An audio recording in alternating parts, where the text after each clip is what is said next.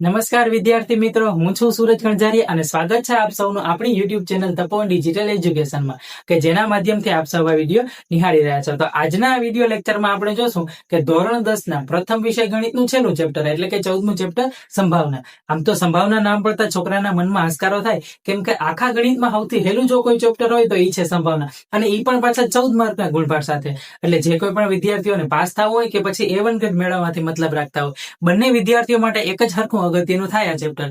આમ તો તમે તમારી સ્કૂલમાં ચેપ્ટર શીખી જ ગયા હો, તેમ છતાં પણ જો તમે અહીં સુધી આવી જ ગયા હો તો પછી તમને કંઈ ગમતું અને નવું એ પણ નવી ટેકનિક સાથે શીખવા મળશે, એની જવાબદારી મારી. તો વધુ સમય ન લેતા ચાલો શરૂ કરીએ આપણો આજનો વિડીયો. સ્વાધ્યાય 14.1 એટલે કે સંભાવના ચેપ્ટરનું પહેલું સ્વાધ્યાય. આમ તો આખા ચેપ્ટરમાં એક જ સ્વાધ્યાય છે, તેમ છતાં પણ હું અહીંથી એવું માનું છું કે આ ચેપ્ટરની થિયરી તમને બરાબર આવડતી હશે. તેમ છતાં પણ જો આપણે ક્યાંય એવું લાગશે તો અમુક ટોપિકો આપણે રિવિઝન કરશું અને ફરીથી લેશું. તો આ ચેપ્ટરની શરૂઆત કરીએ થિયરીની પહેલી બે લીટીથી. તો પહેલી લીટી શું કહેવા માંગે છે તમારે યાદ રાખવાની કે કોઈ પણ ઘટનાની સંભાવના, કોઈ પણ ઘટનાની સંભાવના 0 અને 1 અથવા તો તેમની વચ્ચે જ હોય છે, અથવા તો તેમની વચ્ચે જ હોય છે. વિધાન શું કહેવા માંગે તો કે કોઈ પણ ઘટનાની સંભાવના 0 અને 1 અથવા તો તેમની વચ્ચે જ હોય છે. એટલે કે સંભાવના છે એ કાં તો 0 હોય કાં તો 1 હોય, અથવા તો એ બે ની વચ્ચે જ હોય. સંભાવના ક્યારે માઇનસમાં ના હોય એટલે કે ઋણ ના હોય, અને સંભાવના 1 કરતા મોટી પણ ના હોય. એટલે ઘણી વખત હેતુલક્ષીમાં પૂછાય તો તમારે ધ્યાન રાખવાનું. અને બીજી બાબત, સંભાવના ઘણી વાર ટકામાં પણ પૂછાય. તો સંભાવના 0% થી લઈ અને 100% સુધીની જ હોય છે. સંભાવના ક્યારેય 100% કરતા વધારે નહીં. ભલે આપણે ઘણી વાર એમ કહેતા હોઈએ કે પાકિસ્તાનને હારવાની સંભાવના 101% છે, પણ પાકિસ્તાન 100% માં એવું જ હારે જેવું 101% માં હારે. એટલે ધ્યાન રાખવાનું કે 0% થી લઈને 100% સુધીમાં જ હોય છે. તો આ વિધાનને આપણે ઘણીવાર સંકેતમાં લખવું હોય તો આવી રીતના લખી શકીએ કે સંભાવના એટલે કે P of E જે છે 0 અને 1 ની વચ્ચે. એટલે આ બાજુ 0 રાખીએ અને આ બાજુ 1 રાખીએ, અને 0 પણ હોય અને 1 પણ હોય. એટલે less than or equal to આ બાજુ અને less than or equal to આ બાજુ. એટલે 0 less than or equal to P of E એટલે કે સંભાવના, અને less than or equal to 1 એટલે સંભાવના 0 અને 1 ની વચ્ચે જ હોય. 0 પણ હોય અને 1 પણ હોય. 0 ક્યારે હોય તો કે અશક્ય ઘટના હોય તો સંભાવના 0 થાય, એટલે કે અશક્ય ઘટનાની સંભાવના 0. અને 1 ક્યારે હોય તો કે ચોક્કસ ઘટના હોય જે ચોક્કસપણે થવાની હોય, એની સંભાવના કેટલી થાય તો કે 1. અને બીજું વિધાન એટલે કે બીજી લીટી કે આપણે સૂત્ર P of E વત્તા P of E બાર બરાબર 1. એટલે કે સંભાવના અને પૂરક ઘટનાની સંભાવના બેનો સરવાળો કેટલો થાય તો કે 1. અહીંયા E બાર નો મતલબ છે ઉલટી ઘટના એટલે કે પૂરક ઘટના. પૂરક ઘટના E બાર છે એ નહીં રજૂ કરે છે, એટલે કે E નહીં આવું કે લખેલું હોય તો આનો મતલબ એવો સમજો કે E બાર ની વાત કરે છે. શરૂઆત કરીએ સ્વાધ્યાયમાં. પહેલો દાખલો એમ કીધો છે કે નીચે આપેલ ખાલી જગ્યાઓ પૂરો, એટલે કે 5 જેટલી ખાલી જગ્યાઓ છે. પહેલી ખાલી જગ્યા એમ કીધી કે ઘટના E ની સંભાવના વત્તા ઘટના E નહીં ની સંભાવના, એટલે કે E ની સંભાવના એટલે P of E વત્તા E નહીં ની સંભાવના એટલે P of E બાર, અને આ બેનો સરવાળો કેટલો થાય તો કે 1. એટલે પહેલી ખાલી જગ્યાનો જવાબ આવે 1. ત્યાર પછી બીજી ખાલી જગ્યા, ઉદ્ભવી ન શકે તેવી ઘટનાની સંભાવના ખાલી જગ્યા છે. એટલે કે ઉદ્ભવી ન શકે એટલે કે જે ઘટના થવાની જ નથી, જેની શક્યતા જ નથી, એવી ઘટનાની સંભાવના જ ના મળે. એટલે શું મળે? જવાબ શું આવે? 0. આ ઘટનાનું સરસ મજાનું ઉદાહરણ દેવાય ખબર સાહેબ આવે. એ એવું કે ચકલા કોઈ દી બાજ ના બને, એટલે કે ચકલાને બાજ બનવાની સંભાવના જ નથી, એની શક્યતા જ નથી. તો શું જવાબ આવે? 0. અને આગળ શું કીધું તો કે આવી ઘટનાને ખાલી જગ્યા કહે છે, એટલે કે આવી ઘટનાને અશક્ય ઘટના કહેવાય. ત્યાર પછી આગળ ત્રીજી ખાલી જગ્યા, ચોક્કસપણે ઉદ્ભવતી ઘટનાની સંભાવના ખાલી જગ્યા છે. ચોક્કસપણે ઉદ્ભવતી ઘટનાની સંભાવના કેટલી થાય તો કે 1. અને આવી ઘટનાને શું કહેવાય તો કે ચોક્કસ ઘટના. ત્યાર પછી ચોથી ખાલી જગ્યા, પ્રયોગની તમામ મૂળભૂત પ્રાથમિક ઘટનાઓની સંભાવનાનો સરવાળો કેટલો થાય તો કે 1. ત્યાર પછી પાંચમી ખાલી જગ્યા, ઘટનાની સંભાવના ખાલી જગ્યાથી મોટી. સંભાવના કોનાથી મોટી હોય તો કે 0 થી મોટી. આ લખેલ 0 થી મોટી અને અથવા તો તેના જેટલી, એટલે કે 0 થી મોટી અને 0 જેટલી પણ હોઈ શકે. સંભાવના 0 થી મોટી અને 0 જેટલી, અને ખાલી જગ્યાથી નાની, એટલે કે 1 થી નાની અને 1 જેટલી પણ હોય છે.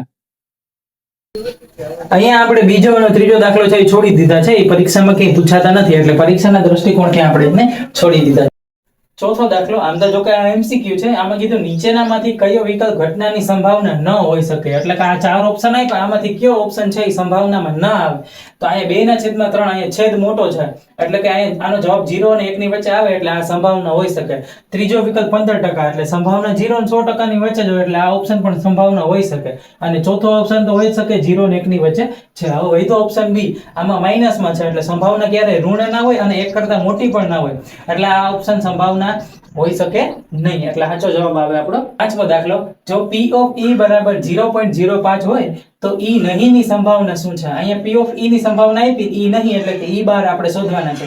તો એના માટેનું એક સૂત્ર ભણી ગયા કે P of E વત્તા P of E બાર બરાબર 1 એટલે કે બેનો સરવાળો 1. હવે P of E ની કિંમત આપી છે તો મૂકી દઈએ 0.05 વત્તા P of E bar E નહીં ની આપણે શોધવાની છે અને બરાબર 1.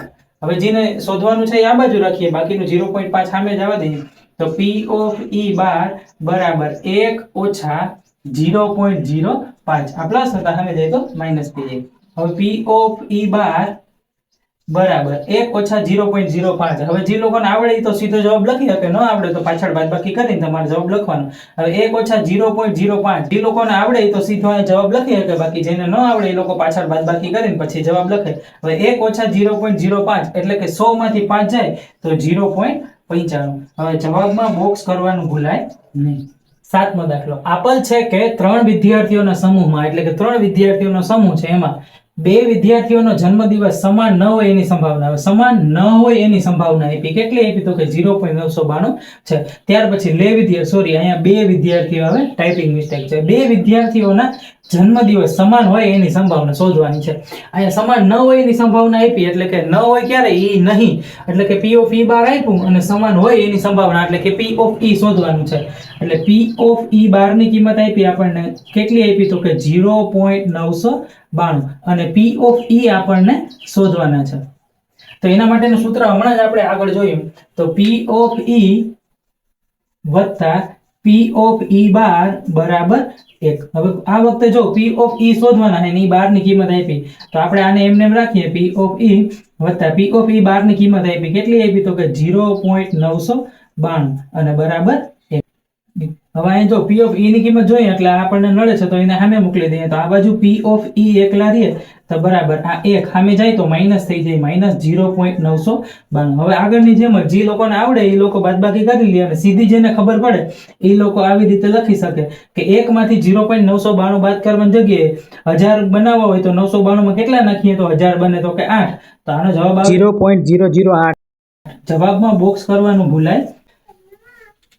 હવે અહીંયા જો આ દાખલો જે લોકોને ખરેખર શું કહેવા માંગે સમજવો હોય એ લોકો વિડીયો કન્ટિન્યુ જોવે, બાકીના ડબલ ક્લિક કરી અને વિડીયો સ્કીપ કરી શકો છો.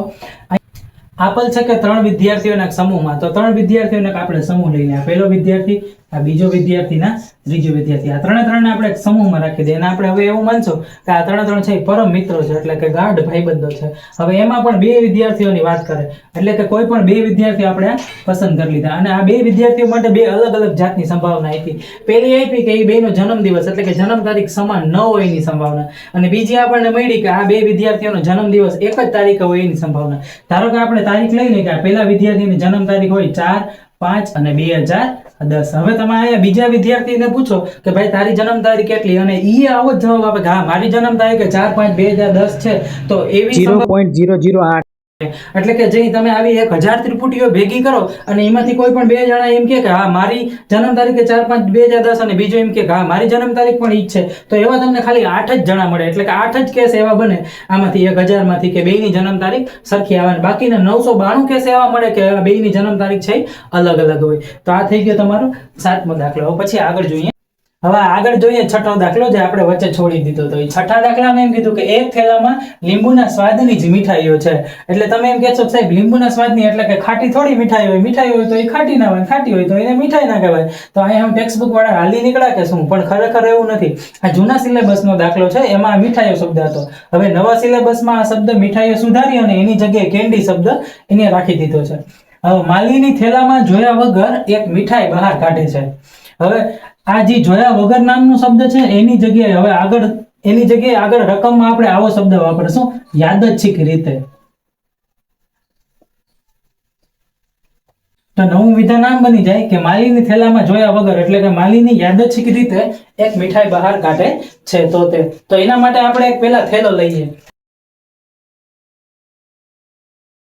થેલાની અંદર શું છે? તો કે આ થેલાની અંદર ફક્ત લીંબુના સ્વાદની જ મીઠાઈઓ છે. એટલે કે આ થેલાની અંદર ફક્ત લીંબુડા જ ભર્યા છે. આપણે આની અંદર લીંબુડા ગોઠવી દઈએ. આ અલગ અલગ લીંબુડા આની અંદર છે. હવે શું કીધું છે?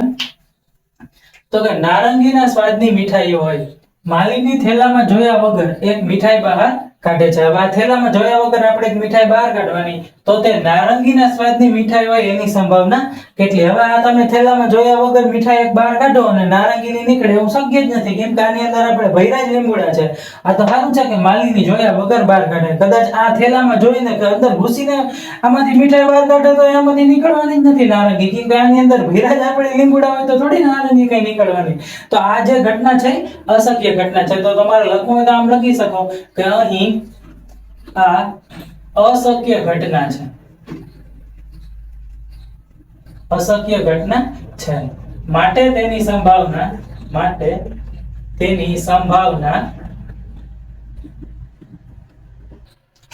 બરાબર 0 મળે.